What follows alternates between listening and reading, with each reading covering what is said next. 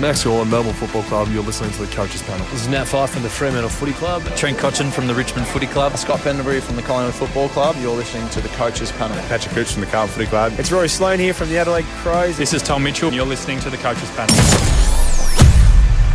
For years, Clayton Oliver has been at the top of the scoring tree for SuperCoach, for Dream Team, AFL Fantasy, and right near the top of some of the most owned player in those formats. However, not a lot of love for Clayton in this pre-season, and understandable so given the amount of questions. But is he relevant? You bet he is. Hey, it's MJ from the Coaches Panel. I hope you're well. Welcome back to another episode of the 50 Most Relevant, where I look at who I believe are the most relevant and important players to consider and have conversations about this 2024 fantasy footy preseason. Joining me on this episode as he has right throughout the 50, and you'll get to see and hear plenty of him more throughout the 2024 season proper. It's Mini Monk. Hello, mate. How are you? Yeah, not too bad. How about you? I never asked that. I'm doing okay. Thank you so much. I'm doing really well, actually. That's true. Let's dive into Clayton Oliver because there's a fascinating bunch of things we've got to talk about him. If we look back at his 2023 season, both in season and then the off season, really didn't go the way Clary had hoped. From a SuperCoach perspective, though, still scored really, really well in the limited games that he did play. 120.6 is that average, 10 tons, a top score of 164, and a career high against a club that people thought he might even have got traded to at some point. 205. Yep, he's a part of the 200 club against the Adelaide Crows. While in AFL Fantasy, a seasonal average of 113.6, made up of 11 tons, 149 was his top score in 2023, just narrowly, really a goal away from his career high score of 162. In AFL Fantasy and Dream Team, he's a part of the $1 million club. There's only a little bit more than a handful of players across those two formats that's priced at that seven-figure mark. He is in that space. While in SuperCoach, one of the most expensive players in the game, $674,000. Mini Monk, he's the kind of player that 2023, 2022, 2021, especially this sort of 3-year window, he's the type of player when he's sat in your fantasy side, you kind of get that small moment where you feel like a Melbourne supporter because you just know he's going to be near the ball. If his team's looking for the ball to be won in a tight stoppage situation, you know he's going to bulldoze his way in and win contested possessions, take away with clearances. You know if Melbourne's on the rebound and surging forward, you know he's going to be using some of that elite gut running to get into space to create an uncontested mark and an uncontested possession. He's just such a fun player to watch. And if you own him in fantasy, whether it's the vice captaincy, the captaincy, or he's unique in a head-to-head matchup, you always feel like you've got the winning edge if you're a Clayton Oliver owner. And you feel like you've had the winning edge for not just those last 3 years, not just 2023, 22, 21, but since his second year, since 2017, he has averaged over a ton, except in the COVID year. And obviously you can do your scaling for that in AF if you'd like. But we're talking a guy with the most fantasy pedigree probably in the game at the moment across formats. Like you can make an argument for someone like Zach Merritt in AFL Fantasy or someone like Neil or Bontempelli in SuperCoach. But the player that has both, the player that can be at the top of the tree for AFL Fantasy and for SuperCoach and has done it for, 8 years now, 7 years, is Clayton Oliver. He's a great player. He's a great player who knows how to score. He did it last year. Like you said, he played 12 games, 10 tons in SuperCoach, it's just 11 in AF. Like it's good numbers. Like he knows how to find the pill, and he's done it for the last 3 years, going at a 110 marker across the formats. But as you say, there's a very good reason why coaches are not picking him at the moment. And, there's a lot of speculation going on. I'm not going to go into that realm, but it's just hard. It's very hard for a coach to be confident that he's going to be there for round 0, round 1 at this stage. And so it's very hard to pick him in your selection side. But as you've stated, and as we state all the time in the 50 Most Relevant, a player's relevance isn't defined just by whether you're picking him to start the season or not. It's defined by whether he's going to be relevant at some point in the season. And for a player that's shown that he can be the top scorer in AFL Fantasy, Dream Team, and SuperCoach, he has to be in the 50, and he has to be a player that there's a conversation that's had about. Absolutely. 1 point last year pre-injury. We'll talk about that injury in a moment. He was the must-have player. People in AFL fantasy, and so much, all the games you could argue are about value, but certainly AFL fantasy, there's a higher volume of interaction around you must get value with every option. People were blowing that ideology out the window going, I've got to get Oliver. I've got to find a way to get him, because that average of 113.6 for the season looks great. But before the injury, he's gone and he got injured in the game and he still played it out and went well. 118.7 in AFL fantasy and dream team and 124 in SuperCoach. So already it's about 5 points per game of value, because when he did come back, you might go, oh, he struggled to come back from the hamstring injury. He didn't. He had one tag from Finn McGuinness. He's not the first or the last player that has found scoring on Finn a little bit difficult, but he's still smashing out tons along the way. So don't look for the narrative of, oh, he struggled after the injury. He wasn't quite right. No, there's multiple tons, 120 plus scores upon return. I think in AFL finals, he goes 123 in AF and 139 in SuperCoach. So eliminate that narrative from your mind. He was top 4 average last year in AFL fantasy. Only Marshall, Bont, and English averaged more than him. And in SuperCoach, he was one of only 3 players to go 120 plus. That was Bont and English. We could go on and on about this scoring pedigree of the guy. We could spend the next 10 minutes, but I don't feel like we need to, because if we didn't have the questions that we have about Clary that we do, and I want to not unpack them, but just make sure we're aware of why there's not a lot of interaction and conversation about him. If you kind of tune out of footy in October, November, it's pretty hard, to be honest, given the amount of coverage Clayton got. But this is plain and simple, isn't it, Mini Monk? When he plays, he is at the elite end of premiums for us. He's a captaincy and vice captaincy option almost every week, and he's in the top handful of scorers, not just in his line, but across the format when he plays. And he's also a player that's shown that he's relatively injury-proof. Prior to this year, he really hasn't missed games. 22 games in his second year, 22 in his third, 22 in his fourth, 17 in the COVID-affected year, where there was only 17 games you could play, 22, 21, and then this year it's down to 13. So injury-affected narrative, just pushed to the side. It's not really one that really exists. And he's shown, as you said, that his ceiling exists when he's come back from that injury. And yes, there's that McGuinness-affected game in there. That was his only sub-ton in AFL fantasy for the year. And it was only his second SuperCoach sub-ton for the year as well. And the only other game that he went sub-ton, he went 98. This is a guy that has the ceiling. He has 120, 130, 140. He has 200 built into him in SuperCoach. So yeah, he's an entirely relevant player. But, you know, there's the narrative around him that's going on in the media. We're just going to try and avoid that because it's not necessary to have that conversation here. But I think even if he was a player that we had confidence he was going to start round 0 or play round 1 in, it would still be very hard to start him. Yeah. It'd still be a player that you'd have a few question marks about. You know, he's got the elevated price. Is he going to be coming back the same player? Are we going to be able to get the same returns out of him?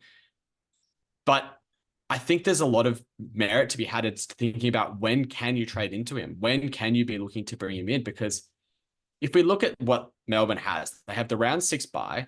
Yes. And then they have the round 15 bye. So a player that you're probably not starting with from Melbourne, you're probably not wanting to trade into before that round 6 bye. Otherwise, you're trading in for 2 buys straight away. And that feels a bit suspicious. I wouldn't really do that. Especially at the top end of his price point. Yes. Yeah, exactly. But for someone who's a midfielder that can be top 8, having that round 15 bye is lovely. You can just trade into them. You've got your top 8 midfielder locked away and you can pivot for the other buys if you need to. If he doesn't quite fit the bill of what you're wanting, you flick him at the round 15 bye. But the run that they have between round 7 and round 15 is just so good. Like, it's just exactly what you want to see for an inside midfielder as well. They've got Richmond, Geelong, Carlton, West Coast, St Kilda, Fremantle, and then a toughish game against Collingwood. But like, it's not bad. Ryan Reynolds here for, I guess, my 100th Mint commercial.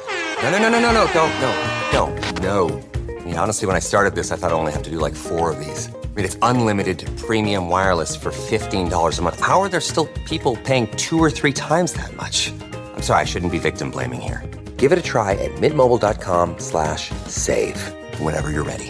$45 upfront payment equivalent to $15 per month. New customers on first 3-month plan only. Taxes and fees extra. Speed slower above 40 gigabytes. See details. And I should say, yes, that's around 14 by. I've somehow got that wrong in my head. That's all good. But in any matter, that's a really, really soft run for inside midfielders, especially for someone who can find the peel on the inside and on the outside. So I think if you're looking for where his relevance is going to be, it's going to be in the middle of upgrade season.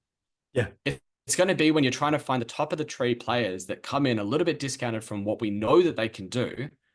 And we want to jump onto those players because those are the players that really make the difference when you're trying to get to a completed squad as fast as you can.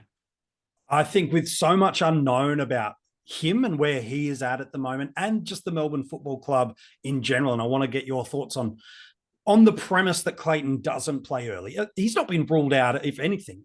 There's nothing that's really coming out from the club, which means, you know what, let's protect this man's privacy a little bit. If the club are being intentionally quiet on a bunch of different things, they're giving us information. Yes, he left preseason training camps and things like that. But the reality is there's been so much talk about him in the off season. When the club are going quiet on a player, I always choose to respect that and not to delve into innuendo and rumor about that. So there's nothing to say he won't play from opening round at time of recording. There's nothing that the club have said he's not playing. They've just said he just needs a little bit of time. Let's respect that as a community. We all understand that's really important to do. So even if he plays opening round, I'm with you. I just don't know how I can jump that. Given the off season that he's had, I'd rather just leave that alone. I want to see having that round 6 bye almost justifies the ability to just leave him alone a little bit. So if you're like, I don't know, but he's going to be a gun, he's got round 6 bye, let that be the narrative that talks you out of why you start him. But as you said, from upgrade season, if he's in the team playing well, fully fit and healthy, how do you not find a pathway to get Clayton Oliver? When you get to the end of the season, you want this guy in your team for as many available weeks as possible. So he's on our upgrade watch, and Mini Monk's just done a beautiful job at articulating, if you can control the timeline of when and where that is, there's a really juicy 8 weeks there or so from a fixture perspective using 2023 data that says he should be prime Clary at that time. Let's run the assumption he's missing a few games though. Yeah. Who do you think this benefits in the Melbourne lineup? And then consequently for us in a fantasy community, where might we gain some upside? Knowing full well that when Clary returns, we likely see that role and midfield mix regress and change and potentially cost us another trade. Who do you see as the winners if Clayton misses? And again, like I want to really be clear and stipulate, nothing from the club is saying he's missing games of football. Rather, he's just taken a little bit of a step back this preseason. So how do you see that playing out for us? I think it's going to play out fairly similar to how it played out during 2023. You know, we've got a 10-week sample size of data to show what Melbourne would do when Clayton Oliver isn't there. It's that Viney basically gets a small bump, Petrarca gets a small bump, Sparrow gets a small bump, and Gus Brayshaw becomes the one that moves inside a bit more. And so I expect that that's what's going to happen. You know, we expect Brayshaw to probably get maybe 50 to 60% CBAs. We expect Viney to go from 70% to 80% CBAs. We expect Petrarca to go from 60% to, mid 70%. And we expect Sparrow to go from 30, 40% to anywhere between 50 and 60, 70%, depending on the game. I think those are the 4 winners. And they tend to run a fairly tight midfield brigade rather. They don't really rotate a lot of players through that midfield as much as a lot of other teams do. And if you've got a stable core that works and clearly did work for them during that middle portion of the season, I think you probably just go straight back to that. Yeah. Oh, I'm in agreement. Look, Clayton's the kind of guy, let's just call it, when he's fit, we want him. While he's out, Mini Monk's nailed who are the guys that are going to get a roll bump and potentially a scoring bump from that. I think Petrarca does loom as a really interesting one through that period. And when you put that alongside of a McAdam coming to the team, a Billings, who we talked about a little bit about the forward woes of Melbourne earlier in the 50 most relevant, when we had Jack Billings inside the 50, we unpacked that thought. You do start to go, okay, Petrarca now might be a little bit more intriguing. If any information comes out that he will miss significant chunks of the season proper, well, now Petrarca maybe jumps up your kind of rankings a little bit of, do I get a strong surging start? Because he's as consistent as 100+ scoring player as you get. If he's in the mids, you probably think that ceiling might bump up a little bit too. So Clayton for me is fascinating. And is he relevant? Yes. Why? There's every chance he plays opening round. Nothing from the club that says he doesn't. If he's missing, his relevancy impacts other players that might be really important to us in the 50 most relevant and how we start our teams. And even if he does miss some early games, you're going to want to get on Clayton as soon as he gets back at the earliest available time you can justify and afford it, because he's one of the best fantasy players we've got going around. Yeah, you're going to want him in Classic at some point in 2024. The question is when, not if. Draft becomes interesting for me though, Mini Monk. So much depends on when your draft day is and ultimately the amount of information that's come out from the club. Historically, he'd be a first-round pick across the formats with pretty much without question. You just go Clayton Oliver, and then the question is, where's your first rounder and when you're getting him? What's your take? It's so hard to be able to know in the middle of January how people should draft. What's your take on how people should approach Clayton Oliver on draft day? Yeah, look, as you say, it's a when, because information becomes king with these sorts of things. Clayton Oliver has the potential to be the number one averaging player across formats, if not the number one scoring player, should he play in round 0.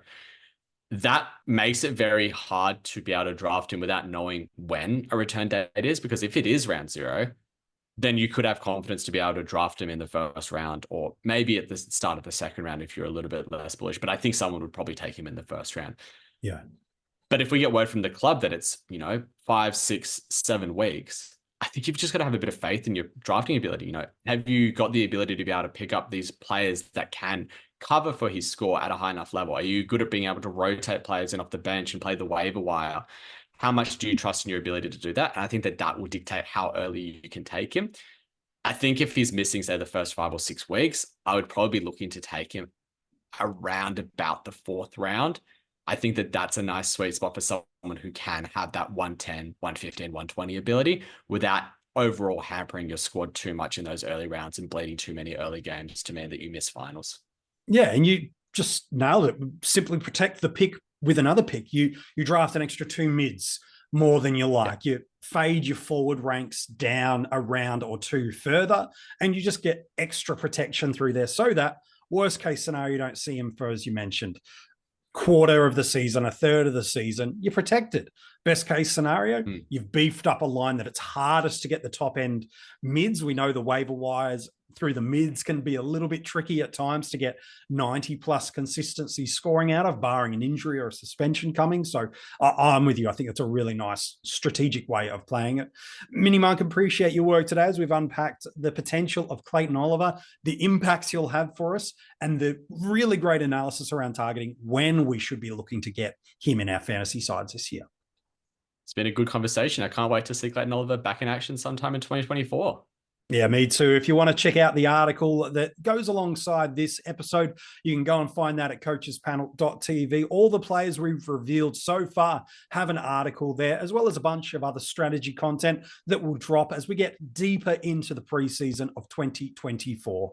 If you love what you're getting from these podcasts in an audio space, subscribe, share it with a friend, tell them about the Coaches Panel and the conversations we're having in the 50 most relevant, and leave a 5-star rating and review. It's a simple 30-second thing you can do that helps us get people knowing about the Coaches Panel. Who knows? If you make a review, I might even read it out in one of the episodes of the 50 most relevant and give you a shout out.